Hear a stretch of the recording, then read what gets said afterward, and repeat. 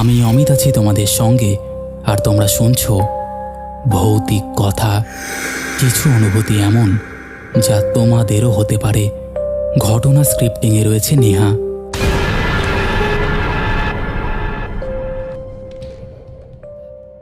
Welcome back. কেমন আছো বন্ধুরা? আশা করছি ভালো আছো আর প্রত্যেক দিনের মতন শুনতে চলে এসেছো তোমাদের পছন্দের পরিবার ভৌতিক কথা। আজকে তোমরা শুনবে দুটি ঘটনা, এবং দুটি ঘটনাই বরাবরের মতন তোমাদের দারুণ লাগতে চলেছে। আর একটা কথা, আমাদের পরিবার কিন্তু এখন 1 লক্ষ সদস্যের একদম কাছাকাছি। মানে আর মাত্র 300 মতন সদস্য হয়ে গেলেই আমাদের 1 লক্ষ কমপ্লিট হয়ে যাবে। তারপরে আমরা একটা অ্যাচিভমেন্টে পৌঁছে যাব বলতে পারো। যাই হোক, আর কথা বাড়াচ্ছি না। তোমরা লাইক, কমেন্ট, শেয়ার করে দিয়েছো আমি জানি, চুপটি করে বসে পড়েছো। চলো এবার আমরা শুরু করে দেই আজকের প্রথম ঘটনা। হ্যালো অমিতদা, আশা করি তুমি এবং ভৌতিক কথা পরিবারের সবাই খুব ভালো আছো। অনেকদিন ধরেই ভাবছিলাম এই ঘটনাটা তোমাকে লিখব, কিন্তু আজও যখন সেই দিনগুলোর কথা মনে পড়ে তখন বুকের ভেতরটা কেমন যেন ঠান্ডা হয়ে যায়। আমি আমার আসল নামটা বলছি না, কারণ আজও আমার পরিবারের কয়েকজন সদস্য এই ঘটনা নিয়ে কথা বলতে চান না। তুমি চাইলে আমার নাম অরিন্দম ধরেই ঘটনাটা বলতে পারো। ঘটনাটা আজ থেকে প্রায় 12 বছর আগের। তখন আমার বাবা একটি বড় সরকারি শিল্প প্রতিষ্ঠানে ইঞ্জিনিয়ারিং হিসেবে বদলি হয়ে গিয়েছিলেন। নতুন পোস্টিং হওয়ায় কোম্পানি আমাদের থাকার জন্য একটা পুরনো সরকারি কোয়ার্টার দেয়। জায়গাটা ছিল বিশাল, চারিদিকে বড় বড় গাছ, পুরনো রাস্তা আর সারি সারি একই রকম কোয়ার্টার। কিন্তু অদ্ভুত ব্যাপার ছিল, আমাদের যে কোয়ার্টারটা দেওয়া হয়েছিল সেটার দিকে কেউ তেমন যেত না। বাড়িটার রং উঠে গিয়েছিল, জানলার লোহার গ্রিলে মরচে ধরেছিল, বারান্দার ছাদে বটগাছের শিকড় গজিয়ে উঠেছিল। অফিসের কয়েকজন কর্মচারী বাবাকে বলেছিলেন অন্য কোনো কোয়ার্টার খালি হলে বদলে দিতে, কিন্তু বাবা আবার এসব কুসংস্কারে বিশ্বাস করতেন না। তিনি বলেছিলেন এত বড় সরকারি জায়গায় ভূত থাকবে কেন। পরে জানতে পেরেছিলাম বাড়িটা প্রায় 22 বছর ধরে খালি পড়েছিল। মাঝে 2-1 জন উঠলেও বেশি দিন থাকতে পারেনি। তখনও আমরা কারণটা জানতাম না। প্রথম কয়েকদিন সব কিছু স্বাভাবিকই ছিল। মা ঘরদোর পরিষ্কার করলেন, আমি নিজের ঘর গুছিয়ে নিলাম। ছোট বোন স্কুলে ভর্তি হলো। কিন্তু 7ম দিনের রাত থেকে সব কিছু বদলাতে শুরু করলো। সেদিন গভীর রাতে আমার ঘুম ভেঙে যায় জলের শব্দে। মনে হচ্ছিল বাথরুমের কল পুরো খোলা। উঠে দেখি আমার ঘরের দরজা আধখোলা। বাইরে করিডোরে মৃদু হালকা আলো জ্বলছে। সেই আলোয় দেখলাম মা বাথরুম থেকে ধীরে ধীরে বেরিয়ে আসছেন, কিন্তু তার হাঁটার ভঙ্গিটা একদম স্বাভাবিক ছিল না। মাথাটা সামান্য নিচু, চুল মুখের ওপর ঝুলে আছে, আর ঠোঁটে এমন একটা হাসি যা আমি কোনোদিনও মায়ের মুখে দেখিনি। তিনি আমার ঘরের দিকে একবার তাকালেন। আমি ভেবেছিলাম তিনি কিছু বলবেন, কিন্তু না, শুধু তাকিয়ে থেকে আবার নিজের ঘরে চলে গেলেন। সকালে ঘটনাটা মাকে বলতেই তিনি অবাক হয়ে বললেন, আমি তো রাতে একবারও বিছানা ছাড়িনি। বাবা হাসতে হাসতে বললেন, ও তাহলে আমি হয়তো স্বপ্ন দেখেছি। আমিও বিষয়টা ভুলে যাওয়ার চেষ্টা করলাম, কিন্তু পরের সপ্তাহেই আমার শরীরে ছোট ছোট লাল দাগ উঠতে শুরু করলো। প্রথমে হাতে, তারপর ঘাড়ে, তারপর পিঠে। কয়েকদিনের মধ্যেই সারা শরীরে ছড়িয়ে পড়ল। ডাক্তার বললেন অ্যালার্জি। ওষুধ খেলাম, কোনো লাভ হলো না। অন্য ডাক্তার বললেন ফাঙ্গাল ইনফেকশন। দামি ওষুধ, মলম, ইঞ্জেকশন সব হলো, কিন্তু আশ্চর্যজনকভাবে দাগগুলো আরও দ্রুত বাড়তে লাগলো। তার সঙ্গে রাতে ঘুম হলেই মনে হতো কেউ যেন আমার গায়ে বরফের মতন ঠান্ডা হাত বুলিয়ে দিচ্ছে। মাঝরাতে ঘুম ভেঙে যেত। চোখ খুললে মনে হতো দরজার বাইরে কেউ দাঁড়িয়ে আছে, কিন্তু বেরিয়ে কাউকে দেখা যেত না। একদিন বিকেলে পাশের কোয়ার্টারের এক বৃদ্ধ আমাদের বাড়িতে এসেছিলেন। তিনি অনেকক্ষণ চুপচাপ চারিদিকে তাকিয়ে থেকে বাবাকে শুধু একটা কথাই বলেছিলেন, রাতে প্রধান দরজাটা যতই শব্দ হোক খুলবেন না। বাবা হেসে বলেছিলেন, চোর হলে? বৃদ্ধ উত্তর দিয়েছিলেন, চোর হলে সকালে পুলিশ ডাকবেন, কিন্তু রাতের দরজা রাতে খুলবেন না। আমরা কথাটা গুরুত্ব দিইনি। কয়েকদিন পর থেকে প্রতি রাতে ঠিক একই সময়ে দরজায় 3 বার ধীর শব্দে কড়া পড়তে লাগলো। তারপর নিস্তব্ধতা। বাইরে তাকালে কাউকেই দেখা যেত না। বাবা ভাবলেন কেউ দুষ্টামি করছে, কিন্তু আশ্চর্যজনকভাবে পুরো কলোনির কুকুরগুলো সেই সময় একসঙ্গে চুপ হয়ে যেত, যেন শব্দটাই তারা শুনতে পেল না। সেদিনও ঠিক রাত 1টা নাগাদ দরজায় কড়া পড়ল। বাবা রেগে গিয়ে উঠে দাঁড়ালেন। আমরা অনেক অনুরোধ করলাম দরজা না খুলতে, কিন্তু তিনি শুনলেন না। দরজার ছিটকিনি খুলে বাইরে তাকাতেই ঠান্ডা বাতাসের এমন ঝাপটা ঢুকল যে ঘরের সব কাগজ উড়ে গেল। বাইরে কাউকেই দেখা গেল না, শুধু অনেক দূরে রাস্তার বাতিটা কয়েক সেকেন্ড জ্বলে নিভে আবার জ্বলে উঠল। বাবা দরজা বন্ধ করে ঘরে ফিরে এলেও সেদিন রাত থেকেই আমাদের বাড়ির পরিবেশ যেন সম্পূর্ণ বদলে গেল। বাবা সেদিন দরজা বন্ধ করে ঘরে ফিরে এলেও আমরা বুঝতে পারছিলাম বাইরে থেকে যেন কিছু একটা আমাদের সঙ্গে ভেতরে ঢুকে পড়েছে। কথাটা শুনতে অদ্ভুত লাগলেও ঠিক সেই অনুভূতিটাই হচ্ছিল। পরদিন সকাল থেকেই বাড়ির পরিবেশ যেন পাল্টে গেল। মা সারাক্ষণ অকারণে ক্লান্ত বোধ করতেন। রান্নাঘরে কাজ করতে করতে হঠাৎ থেমে যেতেন, তারপর অনেকক্ষণ একদৃষ্টে জানলার বাইরে তাকিয়ে থাকতেন। আমি ডাকলে যেন কয়েক সেকেন্ড পরে বাস্তবে ফিরতেন। একদিন তো আমাকে জিজ্ঞাসা করলেন, তুই একটু আগে আমাকে ডাকছিলি? অথচ আমি তখন নিজের ঘরে বই পড়ছিলাম। বাড়ির ভেতরে যেন আর একটা উপস্থিতি ছিল যে আমাদের প্রত্যেকের কণ্ঠস্বর নকল করত। প্রথমে আমরা ব্যাপারটাকে ভুল শুনেছি বলে উড়িয়ে দিয়েছিলাম, কিন্তু ঘটনাগুলো একের পর এক ঘটতে থাকায় আর নিজেকে বোঝাতে পারছিলাম না। আমার শরীরের লাল দাগগুলো আরও ছড়িয়ে পড়ল। অদ্ভুত বিষয় হলো, সেগুলোতে খুব বেশি চুলকানি হতো না, কিন্তু জ্বালা করতো অসহ্য। ডাক্তাররা বললেন পরিবেশ বদলাতে হবে, কিন্তু বাবার চাকরির জন্য সেটা অবশ্যই সম্ভব ছিল না। সেই সময় একদিন বাবা অফিস থেকে ফিরে খুব চুপচাপ বসেছিলেন। অনেক জিজ্ঞাসা করার পর সেদিন দুপুরে তিনি জানতে পেরেছেন আমাদের কোয়ার্টার নিয়ে অফিসে অলিখিত একটা নিয়ম আছে। কেউ সেখানে থাকতে চাইলে তাকে কখনোই বাধা দেওয়া হয় না, কিন্তু কেউ থাকতে না চাইলে তাকে জোরও করা হয় না।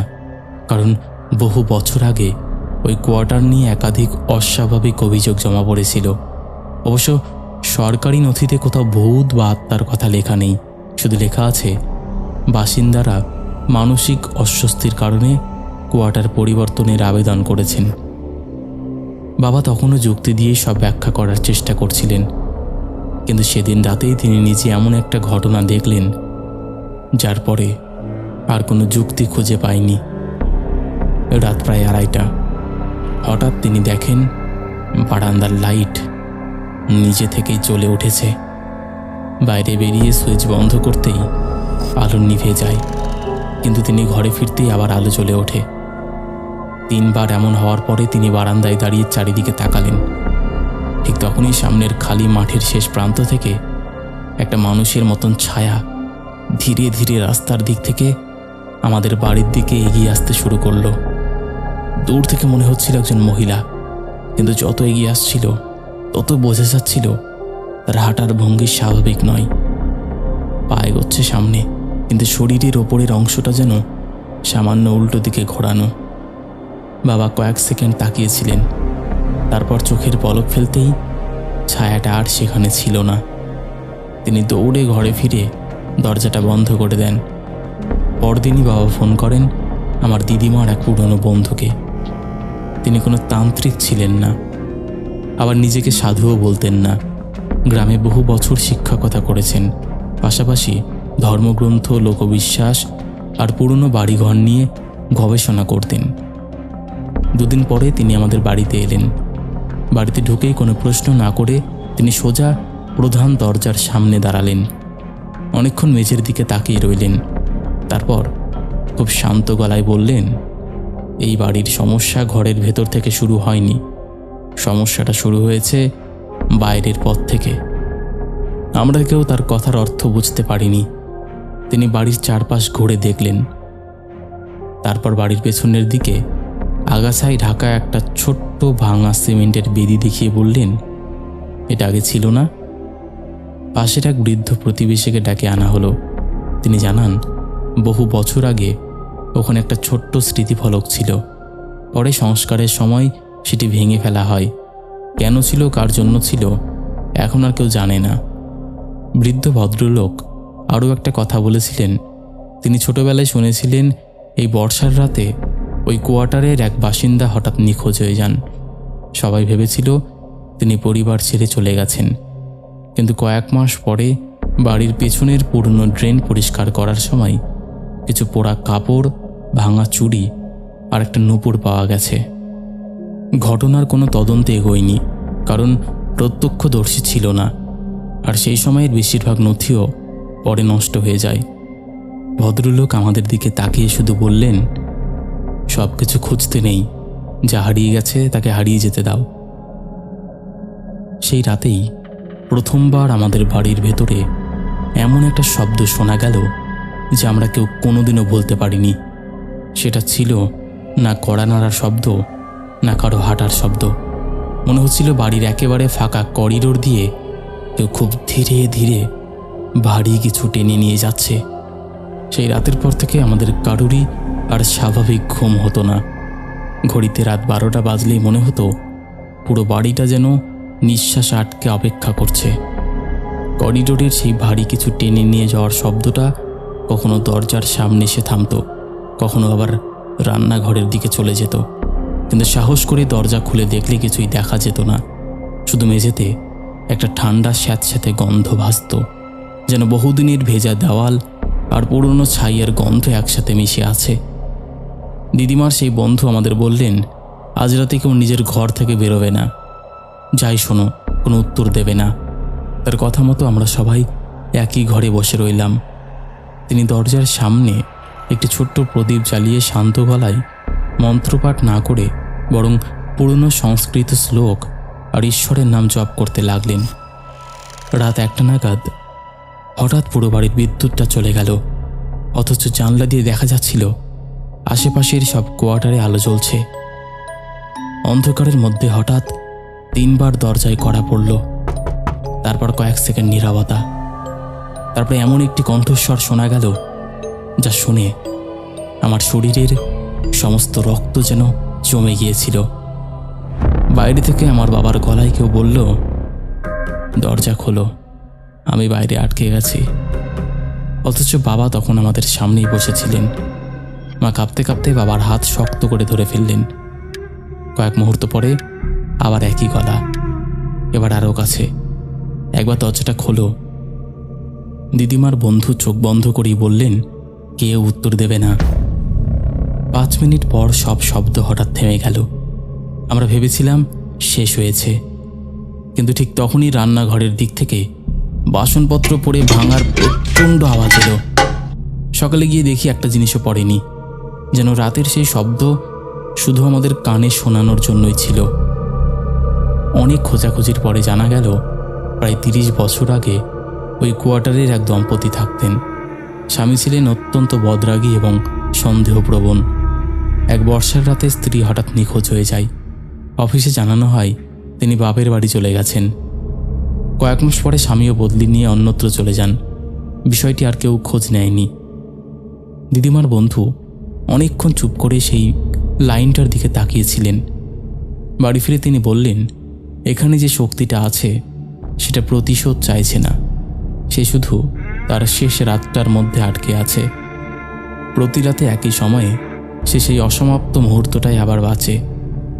তিনি আমাদের বললেন, ওই মহিলার মৃত্যু যেভাবেই হয়ে থাকুক, সেই যন্ত্রণার স্মৃতি এই বাড়ির সঙ্গে মিশে গেছে। মানুষ তাকে ভুলে গেছে, কিন্তু বাড়িটা ভুলতে পারেনি। সেই কারণে রাত হলেই এমন ঘটনা যেন অদৃশ্যভাবে ফিরে আসে। তিনি আরও একটা কথা বললেন, আজ রাতটা সবচেয়ে গুরুত্বপূর্ণ। যদি আজ আর কোনো অস্বাভাবিক ঘটনা ঘটে, তাহলে কাল সকালেই এই বাড়ি ছেড়ে চলে যাবে। এ বাড়িতে থাকার আর চেষ্টা করবে না।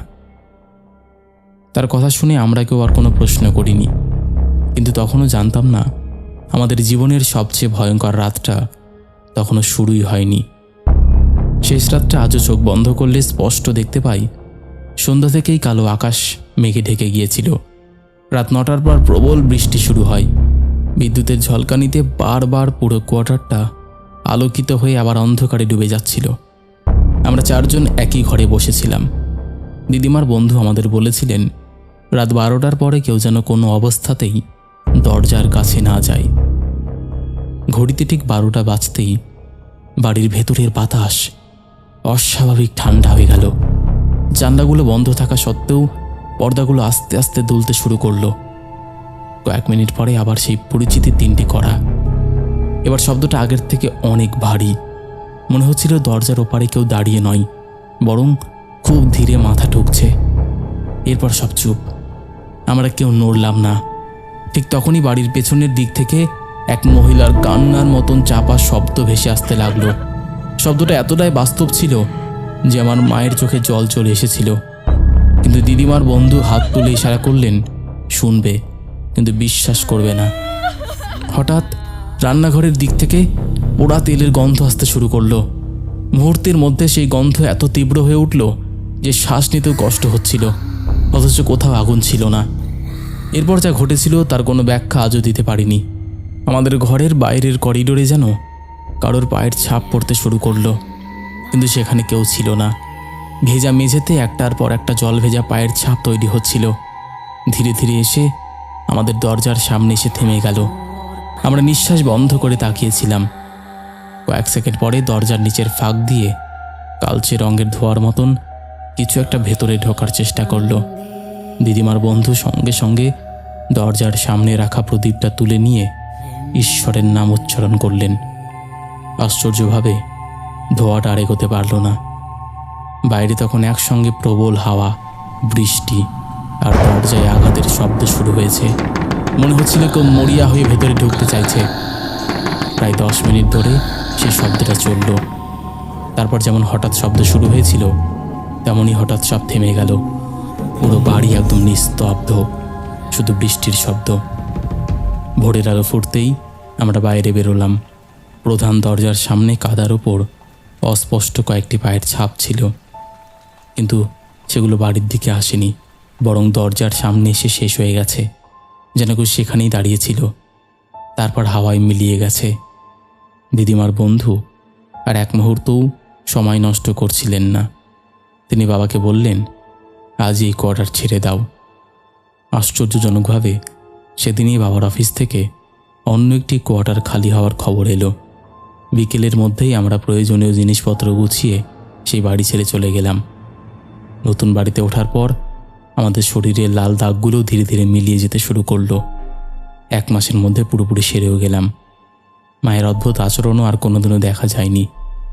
বাবা যিনি কোনোদিন এসবে বিশ্বাস করতেন না, এরপর থেকে আর কখনো রাতের বেলা অচেনা শব্দ শুনে দরজা খোলেননি। কয়েক বছর পরে কৌতূহলবশত আমি একদিন সেই পুরনো কলোনিতে গিয়েছিলাম। দূর থেকে দেখলাম কোয়ার্টারটা এখনও দাঁড়িয়ে আছে, তবে আরও জীর্ণ। বারান্দায় ছাদ ভেঙে পড়েছে, জানালাগুলো বন্ধ।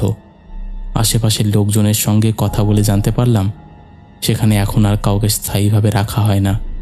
মাঝে মাঝে সংস্কারের কথা উঠলেও শেষ পর্যন্ত আর হয় না। একজন বৃদ্ধ শুধু একটা কথাই বলেছিলেন, ওই বাড়িটা রাতে একা থাকতে চাই। তার কথার মানে আজও আমি জিজ্ঞেস করিনি। যাই হোক, এই ছিল ঘটনাটা। যদি ভালো লাগে পড়ে শুনিও। আর এরকম অনেক ঘটনা আছে, যদি বলো তো আমি তোমাকে লিখে পাঠাতে পারি। তো বন্ধুরা, এই ছিল একটা অতৃপ্ত আত্মার ঘটনা বলতে পারো। এক কোয়ার্টারের ঘটনা, সরকারি কোয়ার্টারের ঘটনাটা তোমাদের কেমন লেগেছে তোমরা অবশ্যই জানিও। এরকম সরকারি কোয়ার্টারকে কেন্দ্র করে বহু ঘটনা আমাদের এই পরিবারে আগে থেকে আপলোড করা আছে, সেগুলো অবশ্যই তোমরা শুনেছো। কিন্তু আজকের এই ঘটনাটা আরও ডেঞ্জারাস, আর একটু ভয়ঙ্কর, তাই না? তো তোমাদের কেমন লেগেছে তোমরা অবশ্যই জানিও। আরেকটা কথা, তোমরাও যদি এমন ঘটনা শেয়ার করতে চাও তাহলে অবশ্যই আমাদের সাথে কন্ট্যাক্ট করতে পারো। আমাদের সাথে কন্ট্যাক্ট করা একদম ইজি। আমাদের হোয়াটসঅ্যাপ নাম্বার থেকে শুরু করে সমস্ত সোশ্যাল মিডিয়ার লিঙ্ক তোমরা ডেসক্রিপশন সেকশনে পেয়ে যাবে। তো আর দেরি কিসের, তোমরা কন্ট্যাক্ট করে নাও। আর একটা কথা, ভৌতিক কথা কোনো রকম অন্ধবিশ্বাস, কোনো রকম কুসংস্কার বা কোনো রকম নেগেটিভিটিকে প্রশ্রয় দেয় না। ভৌতিক কথার কাজ শুধুমাত্র মানুষের জীবনে ঘটে যাওয়া ঘটনা সকলের সামনে তুলে ধরা, নচেত আর কোনো উদ্দেশ্য নেই। তাই যারা বিশ্বাস করছো না তারা এগুলোকে এন্টারটেনমেন্টের জন্যই নিয়ে নাও। এবার আমরা শুরু করে দিচ্ছি পরের ঘটনা। হ্যালো অমিতদা, আশা করি আপনি এবং ভৌতিক কথা পরিবারের সকলে ভালো আছেন। আমার নাম সৌমেন, আমি নদিয়ার একটা ছোট্ট গ্রামের বাসিন্দা। আচ্ছা, আজ যে ঘটনাটা আপনাদের শোনাতে চলেছি সেটা আমার নিজের সঙ্গে ঘটেনি। ঘটনাটা আমার বড়দা রঞ্জনের সঙ্গে ঘটেছিল। অনেক বছর ধরে উনি কাউকে বলতে চাইতেন না, কিন্তু কারণ আজও সেই রাতের কথা মনে পড়লে উনি নাকি ভয় পান। অনেক বুঝিয়ে শুনিয়ে শেষ পর্যন্ত ঘটনাটা আমাকে বলতে উনি রাজি হয়েছিলেন। আমি শুধু সেই কথাগুলোই আপনাদের কাছে তুলে ধরছি। ঘটনাটা প্রায় 32 বছর আগের। শ্রাবণ মাসের শেষ দিক। সারাদিন ধরে এমন বৃষ্টি হচ্ছিল যে গ্রামের কাঁচা রাস্তাগুলো কাদায় একাকার হয়ে গিয়েছিল। সন্ধ্যা নামলেই চারপাশে এমন অন্ধকার নেমে এলো যেন রাতটা স্বাভাবিক নয়। আমাদের গ্রামের বাজারের মোড়ে গোপাল কাকার ছোট্ট একটা চায়ের দোকান ছিল। টিনের চালের উপর বৃষ্টির টুপটাপ শব্দ, কেরোসিনের ল্যাম্পের হলুদ আলো, ভেজা মাটির গন্ধ আর গরম চায়ের ধোয়া, সব মিলিয়ে সন্ধ্যা হলেই গ্রামের লোকজন সেখানে আড্ডা দিত। সেদিনও বর্দা অফিস থেকে ফিরে ভিজে জামা কাপড় বদলে গোপাল কাকার দোকানে গিয়েছিল। সেখানে ইতিমধ্যেই বসেছিলেন গ্রামের প্রবীণ মানুষ নিতাই কাকা, আর সঙ্গে ছিল আরও কয়েকজন। কথার ফাঁকে নিতাই কাকা হঠাৎ বললেন, এই শোন, আজ এত রাত হয়ে গেছে, কেউ যেন উত্তর দিকের বাঁশবাগানের রাস্তা দিয়ে বাড়ি ফিরিস না। সবাই অবাক হয়ে কারণ জিজ্ঞাসা করতেই তিনি কিছুক্ষণ চুপ করে থেকে শুধু বললেন, ওই রাস্তার শেষের পুরনো শ্মশানটা, ওটা কিন্তু ভালো না। কথাটা শুনে সবাই হেসে উড়িয়ে দিলেও বর্দা লক্ষ্য করেছিল নিতাই কাকুর মুখে বিন্দু মাত্র হাসি নেই। রাত তখন 9:30। বৃষ্টিটা একটু কমতেই সবাই যে যার বাড়ির দিকে রওনা দিল। কিন্তু বর্দার বাড়ি ফিরতে হলে সবচেয়ে ছোট রাস্তা ছিল সেই বাঁশবাগানের পাশ দিয়েই। সে ভাবল, গ্রামের বুড়ো মানুষদের এসব কুসংস্কার বিশ্বাস করার কোনো মানেই নেই। হাতে টর্চ নিয়ে হাঁটতে শুরু করল। কিছু দূর যাওয়ার পর থেকেই আশপাশ অস্বাভাবিক নীরব হয়ে গেল। ঝিঝি পোকার ডাক পর্যন্ত নেই, শুধু ভেজা পাতার ওপর টুপটাপ করে জল পড়ার শব্দ।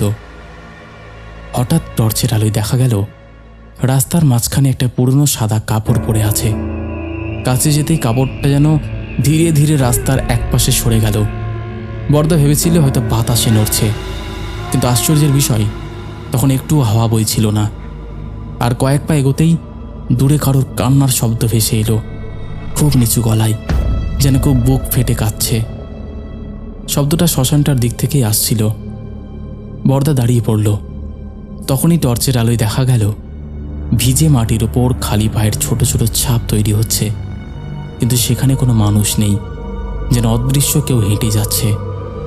সেই পায়ের ছাপগুলো সোজা শ্মশানের ভাঙা ফটকের ভেতরে ঢুকে গেল। ভয় পেলেও কৌতূহলটা তখনও কমেনি। বর্দা কয়েক কদম এগিয়ে ভাঙা ফটকের ভেতরে উকি দিতেই দেখল বিশাল বটগাছটার নিচে একটা বৃদ্ধা বসে আছে। তার মাথা ভর্তি সাদা চুল, শরীরে ভিজে সাদা শাড়ি। তিনি 2 হাত দিয়ে যেন কাউকে জড়িয়ে ধরে কাঁদছেন। প্রথমে মনে হচ্ছিল কোলে একটা মানুষ শুয়ে আছে, কিন্তু টর্চের আলো একটু পরিষ্কার হতেই বর্দার বুকের রক্ত যেন হিম হয়ে গেল। ওটা মানুষ নয়, বহুদিনের পচে যাওয়া একটা মৃতদেহ। শরীরের অনেক অংশই নেই, শুধু কঙ্কাল আর পচা মাংস লেগে আছে। অথচ বৃদ্ধা সেই দেহের মাথায় হাত বুলিয়ে বলছে, ওর বাবা, এত বৃষ্টি হচ্ছে, ঠান্ডা লাগবে তো। ঠিক সেই মুহূর্তে বৃদ্ধা ধীরে ধীরে মাথা ঘুরিয়ে বর্দার দিকে তাকালো। চোখ দুটো সম্পূর্ণ কালো, কোনো সাদা অংশ নেই। তারপরে এমন একটা হাসি হাসলো যেটা মানুষের পক্ষে সম্ভব নয়। সেই হাসির সঙ্গে সঙ্গে চারিদিক থেকে একসঙ্গে অনেক মানুষের কান্নার শব্দ ভেসে এলো। বর্দা দৌড় দিতে যাবে, এমন সময় পেছন থেকে কেউ ঠান্ডা হাতে তার কাঁধ চেপে ধরল। সে পেছনে তাকিয়ে দেখল আর একটা বৃদ্ধা দাঁড়িয়ে আছে, অথচ সামনের বটগাছের নিচেও একটা বৃদ্ধা বসে আছে। দুজনের মুখ এক, পোশাক এক, চোখ এক। পেছনের বৃদ্ধা ফিসফিস করে বলল, ও ওদিকে তাকাস না, ও আমার ছেলে নয়। বরদার শরীর অবশ হয়ে গেল, সে নড়তে পারছিল না। তখনই সামনে বসে থাকা বৃদ্ধা আস্তে আস্তে উঠে দাঁড়ালো, তার 2 পা উল্টো দিকে ঘোরানো। তারপর সে মৃতদেহটাকে এক হাতে তুলে নিল, যেন ওটার কোনো ওজনই নেই। মুহূর্তের মধ্যে চারপাশে পচা গন্ধ ছড়িয়ে পড়ল। টর্চটা হঠাৎ নিভে গেল। সম্পূর্ণ অন্ধকারের মধ্যে বরদা শুধু শুনতে পেল অনেকগুলো গলা একসঙ্গে বলছে, চল, ওই দেখ কে এসেছে, দেখ। এরপর ঠিক কী হয়েছিল সেটা বরদার মনে নেই। পরদিন ভোরে গ্রামের কয়েকজন জেলে তাকে শ্মশান থেকে প্রায় 8 কিলোমিটার দূরের ধান খেতে অজ্ঞান অবস্থায় পড়ে থাকতে দেখেন। তার জামাকাপড় কাদা আর ছাইয়ে ভরা ছিল। গলায় 5টা কালো আঙ্গুলের দাগ স্পষ্ট দেখা যাচ্ছিল, যেন কেউ শক্ত করে চেপে ধরেছিল। সবচেয়ে অদ্ভুত ব্যাপার হলো, তার পকেট থেকে একটা শুকনো বেলপাতা বের হয়। আগের রাতে বাড়ি থেকে বেরোনোর সময় এমন কিছু তার কাছে ছিল না। পরে গ্রামের সবচেয়ে বয়স্ক মানুষটি জানান, বহু বছর আগে ওই শ্মশানের কাছে এক বিধবা মা তার একমাত্র ছেলেকে হারিয়েছিলেন। টানা বৃষ্টির কারণে কেউ দাহ করতে আসেনি। 3 দিন ধরে তিনি মৃত ছেলেকে কোলে নিয়ে বসেছিলেন। শেষে তিনিও সেখানেই মারা যান। তারপর থেকে বর্ষা গভীর রাতে কেউ যদি ওই রাস্তা দিয়ে একা যায়, অনেকেই নাকি কান্নার শব্দ শোনে। কেউ বৃদ্ধাকে দেখেছে, কেউ আবার শুধু পচা গন্ধই পেয়েছে। তবে সবাই একই কথাই বলেছে, যদি সে কাউকে ডাকে, সে যেন কোনোভাবেই পেছনে তাকিয়ে না ফেলে, কারণ তাকিয়ে ফেললেই বিপদ হয়। এটুকুই ছিল আজকের এই ঘটনা। আশা করছি তোমার ভালো লেগেছে অমিতদা। ভালো লাগলে পড়ে শুনিও। তোমার সুমধুর কণ্ঠে ঘটনা শোনার জন্য আমি অপেক্ষায় থাকব। Thank you. ভালো লেগেছে গো, খুব জাম্পস্কেয়ার, খুব ভয়ের ঘটনা। তো বন্ধুরা, তোমাদের কেমন লেগেছে তোমরা অবশ্যই জানিও। এখন এই পরিবারে যুক্ত না হয়ে থাকলে সাবস্ক্রাইব করে যুক্ত হয়ে যেও। চলো এবার আমরা শুরু করে দেই আজকের শাউট আউট পর্ব। শেষের এপিসোডে ফার্স্ট কমেন্ট করেছে কিষান ঘোষ, সেকেন্ড কমেন্ট করেছে SK Araful Hossain, third comment করেছে বৈষ্ণবী দেবী দাসী। 3 জনই লাভ রিয়াক্ট দিয়েছে। তারপরে কমেন্ট করেছে রোহিত হাসদা, অন্তিম স্যাড মোমেন্ট, অঞ্জলি মণ্ডল, সুশীলা মণ্ডল, সঙ্গীতা মজুমদার, পাপড়ি দোলা। তারপরে আরও কমেন্ট করেছে শিল্পা চ্যাটার্জি, লিরিক্স অভিজিৎ তন্ময়, সুশান্ত সাহা, আজমিন খাতুন লিখেছে আজকের ঘটনাগুলো খুব তাড়াতাড়ি শেষ হয়ে গেল, 30 মিনিট কীভাবে কেটে গেল বুঝতেই পারিনি। আচ্ছা। তারপরে কমেন্ট করেছে রিমঝিম আচার্যি, লিখেছে শ্যামনগর রথতলা থেকে শুনছি, টেক লাভ। তারপরে কমেন্ট করেছে সুমিত ঘোষ, লিখেছে আমি ভূতের রাজ্যে হারিয়ে যেতে প্রস্তুত, একদম। তারপরে কমেন্ট করেছে ঝর্ণা দে, মিনতি দাস, নিশা স্টাডি ক্লাস, লিখেছে দাদা আমি নিশা, অনেকদিন পর আবার কমেন্ট করলাম দাদা, কেমন আছো তুমি, তোমার বাড়ির সবাই কেমন আছে? ভালো আছি গো, আর বাড়ির সবাই ভালো আছে, তোমরা কেমন আছো? তারপরে কমেন্ট করেছে অসীম দাস, লিখেছে নতুন অ্যানিমেশন হরার ভিডিও কবে আসবে? চেষ্টা করছি ভাই, চালিয়ে যাচ্ছি, মানে কাজ চলছে। তারপরে কমেন্ট করেছে পম্পা মাহন্ত, লিখেছে জয় জগন্নাথ ভাই, কেমন আছো তুমি, ঘটনা আসবে বলে অপেক্ষা করছি, আমার নামটা বলো। হ্যাঁ পম্পাদি। তারপরে কমেন্ট করেছে ভাস্কর স্লায়ার ক্যান্ড্র, লিখেছে হাই দাদা, তোমাকে ইনস্টাগ্রামে ঘটনা পাঠানো যাবে, হোয়াটসঅ্যাপ ছাড়া, অলসো তুমি সবথেকে ভালো হরর স্টোরি টেলার। হ্যাঁ ইনস্টাগ্রামে পাঠানো যাবে। আর আমি ভালো কেন, সবাই ভালো গো, যে যার মতন করে বলে। তারপরে কমেন্ট করেছে গীতা গোস্বামী, অনুরণ ঘোষ, লিখেছে হাই দাদা আমি অনুরণ, গত 5 মাস থেকে গল্প শুনছি, সত্যি বলছি না শুনলে ঘুম আসে না, পরের এপিসোডে আমার নামটা একবার হ্যালো করে বলো প্লিজ। হ্যালো অনুরণ। তারপরে কমেন্ট করেছে দাস প্রিয়াঙ্কা, অরিজিৎ নস্কর, তন্ময়, রূপা মাজিল্লিয়া, অর্ণব বেরা, সুদীপ্ত ব্যানার্জি।